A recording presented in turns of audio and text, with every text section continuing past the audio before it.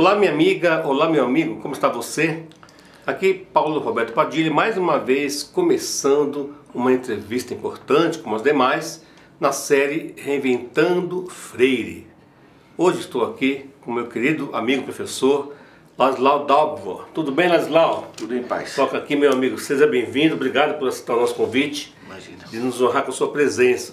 Laslau escreveu um artigo para o livro Reinventando Freire, né, que se chama Por uma Pedagogia da Economia, Educando para o Mundo Real. Eu vou apresentar brevemente você, viu, Laslau? Né? Sei que o seu currículo é extenso, tem que ser breve, porque não caberia no programa. Tá bem assim, né? Então, vejam só vocês, quem é o Laslau? Ele é formado em Economia pela Universidade de Lausanne, na Suíça, com doutorado pela Escola Central de Planificação e Estatística de Varsóvia. Trabalhou em diversos países, dirigindo projetos da ONU de assessoria em planejamento econômico e social. É autor de dezenas de livros e estudos sobre desenvolvimento sustentável, em particular, a reprodução social, a era do capital improdutivo, tecnologias do conhecimento, o pão nosso de cada dia, entre outros. Sua obra está disponível em sua página pela internet, dalbor.org, bem fácil, né? dalbor.org. Você encontra maravilhas nesse site, posso afirmar. Bem, ele acabou de oferecer, gente, um curso aqui pela EAD Freiriana, que se chamou Pedagogia da Economia. Eu queria começar logo por aí, né? Conta para nós um pouquinho, para o nosso telespectador, nosso internauta, como é que nasceu este livro, né? A Era do Capital Improdutivo, um título muito bom, muito sugestivo. E fale também, na sequência, se puder, sobre essa experiência que você teve de falar desse livro no contexto da EAD Freiriana e criando uma nova pedagogia, a pedagogia da economia. Olha, na minha idade a gente já tem tradições e acúmulos, né? Enfim, eu cheguei a trabalhar com Paulo Freire na África, enfim, em diversas regiões e acompanhei as primeiras experiências de Paulo Freire ainda em Pernambuco, né, em 63. Né? E o que era evidente para mim, não é um método de alfabetização, era uma forma de se aproximar da população, no sentido, em particular dos analfabetos, de dar a eles instrumento da compreensão do seu mundo. Porque toda a dominação e desigualdade que se faz no mundo é em grande parte baseada em gerar espaços de ignorância e de desconhecimento, né? E isso faz parte da gente compreender por que um alfabetizador foi preso, certo? Porque estava dando instrumento de compreensão. A ideia desse livro, A Era do Capital Improdutivo, ou do Pão Nosso Cada Dia, é dar às pessoas instrumentos de compreender a economia. Você veja coisa fantástica, a gente estuda Dom João VI, Dona Carlota Joaquina na escola, nunca ninguém deu uma aula como funciona a moeda, o cartão de crédito, como funciona a dívida, né? Então, a gente gerar, no quadro do Instituto Paulo Freire, dessa iniciativa, instrumentos que permitem, de maneira simples e direta, porque não é complicado, as pessoas aí que tentam complicar, né? Dar esse instrumento para as pessoas se apropriarem da sua realidade. Isso aí, para mim, é Paulo Freire, enfim, 4.0. É verdade, Laslau. Nosso curso foi muito exitoso, as pessoas elogiaram muito o seu trabalho, e é verdade, né? Eu não me lembro da minha vida de estudante regular, né, ter tido aula de economia na escola, né? Nem mesmo na universidade, para você ter uma ideia, né? Ou seja, a economia ainda não faz parte do currículo da nossa escola, né, Laslau? Eu queria te perguntar, você afirma no seu texto, né, que a desigualdade é uma tragédia ética e política, né? E hoje nós vivemos essa crise nacional e internacional. Fale um pouquinho disso. Por que é uma tragédia, na sua opinião? Olha, deixa eu dar uma compreensão primeiro, né? Eu falo muito no sistema financeiro, que ninguém entende. Eu uso o exemplo seguinte: um bilionário que aplica seu dinheiro, não está investindo em produção, está aplicando seu dinheiro em papéis, está produzindo nada, certo? Ele aplica isso a 5% ao ano, ele está ganhando 137 mil dólares por dia. E ele reaplica isso, e isso está gerando uma bola de neve, né? E essa bola de neve gerou a situação atual em que temos, no Brasil, 6 famílias que têm mais recursos, mais riqueza acumulada do que a metade mais pobre da população, 105 milhões de habitantes. Isso não funciona. Ainda mais que essa gente simplesmente brinca com papéis em vez de produzir alguma coisa, uma coisa útil. Então, trazer essa compreensão é fundamental, o mecanismo, e trazer os impactos. Os impactos são, de um lado, ético. Você tem uma mãe que não pode comprar o medicamento do seu filho. Isso é sacanagem, isso é safadeza de organização política e social das grandes empresas farmacêuticas do conjunto. Quer dizer, em termos éticos, não funciona você reduzir gente que trabalha, que se sacrifica, digamos, à miséria, né? Em termos sociais, não funciona, porque nenhum país consegue fazer funcionar, é só olhar a bagunça política atual, quando você tem tanta distância entre os ricos e os pobres, porque os ricos não estão nem aí, estão pensando em Miami, na viagem para a Europa, não sabem e não entendem do país, e isso gera uma situação explosiva, né? E o terceiro ponto, que isso aqui nem funciona em termos econômicos, isso que é burro, porque quando você repassa mais dinheiro, como foi feito no tempo do Lula e de Dilma, quando você passa mais dinheiro para a base da sociedade, essas pessoas fazem compra, né? Não manda dinheiro para paraíso fiscal, não faz aplicações financeiras, eles compram. Essas compras dinamizam a atividade das empresas. A atividade das empresas gera imposto para o governo e a atividade de consumo também gera imposto para o governo e fecha a conta.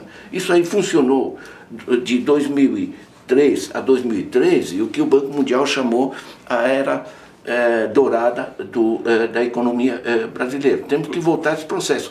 Então, um sistema de desigualdade que é antiético, que desarticula a política e trava a economia, é um sistema simplesmente burro, né? Então, explicitar como funciona isso ajuda muito as pessoas, né? Você também fala no livro dos 4 motores da economia, que é muito didático, né? Se você pudesse, Ladislau, comentar pelo menos aqui a respeito dos 4 motores e sobre as saídas, quer dizer, você aponta no final do seu livro, A Era do Capital Improdutivo, as saídas, as possíveis saídas para que nós superemos essa era tão, né, desumanizada, tão crítica e tão séria para a vida do mundo, né, da economia, mas das pessoas, sobretudo, como você falou agora. Você podia, então, falar um pouquinho dos 4 motores e das saídas pontuais, eventualmente, que você já apresenta no seu texto, né, aqui no nosso livro, Reinventando Freire, para que superemos, né, a curto, médio e longo prazo, o estado atual que vivemos. Deixa eu dizer que eu não vou resolver isso aqui em 3 minutos aqui com Padilha, tá?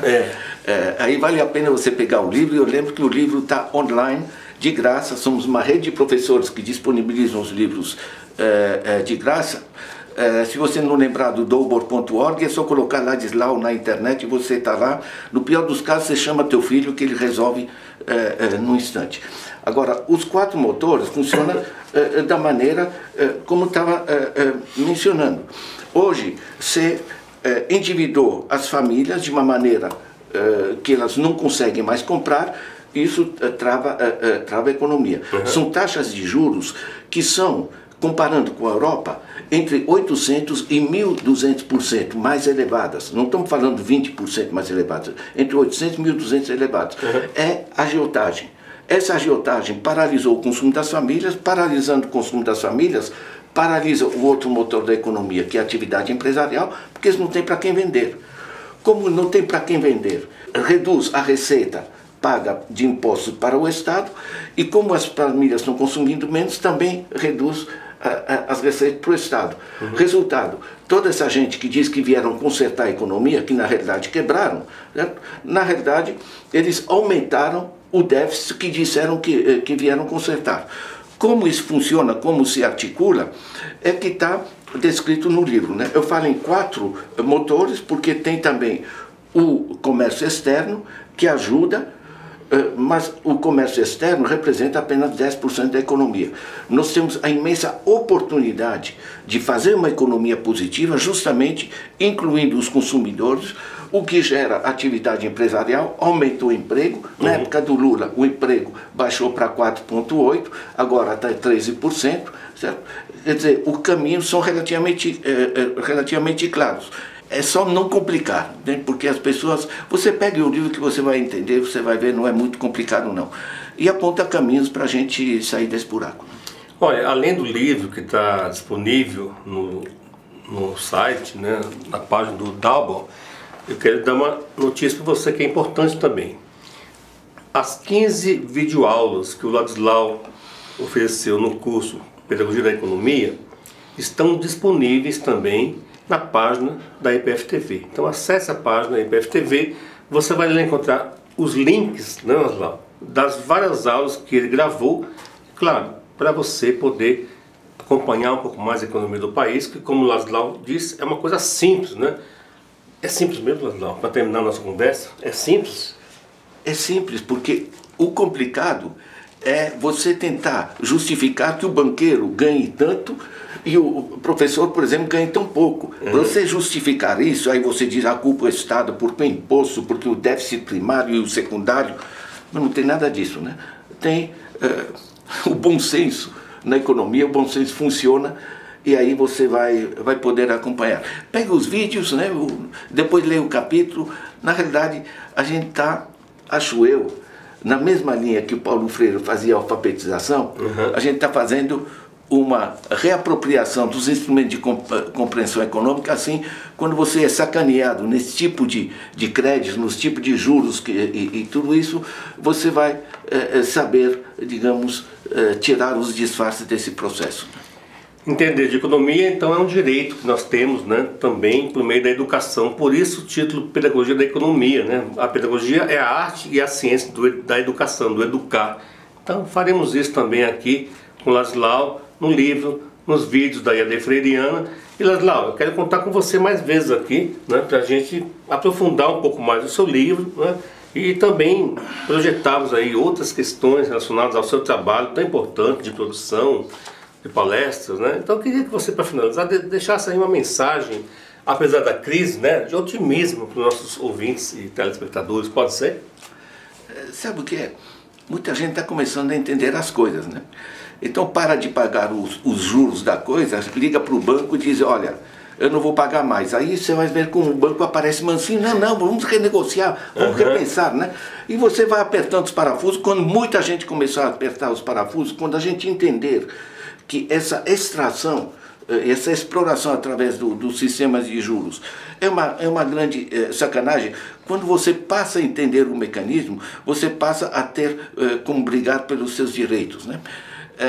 Deixa eu dizer que essa iniciativa da gente fazer um outro tipo de TV é muito positivo, né? Deixa eu só te dizer o seguinte, eu tive um infarto, tá? Então eu hoje eu pus na internet aí para as pessoas se protegerem. Evite açúcar demais, evite gordura trans e nunca assista ao Jornal Nacional. Muito melhor você fazer aqui um acesso ao ipf.tv. Muito obrigado, Ladislau, por sua presença, sempre muito agradável. E olha, não deixe de participar da programação da IPF-TV, a IPF que fazemos com você.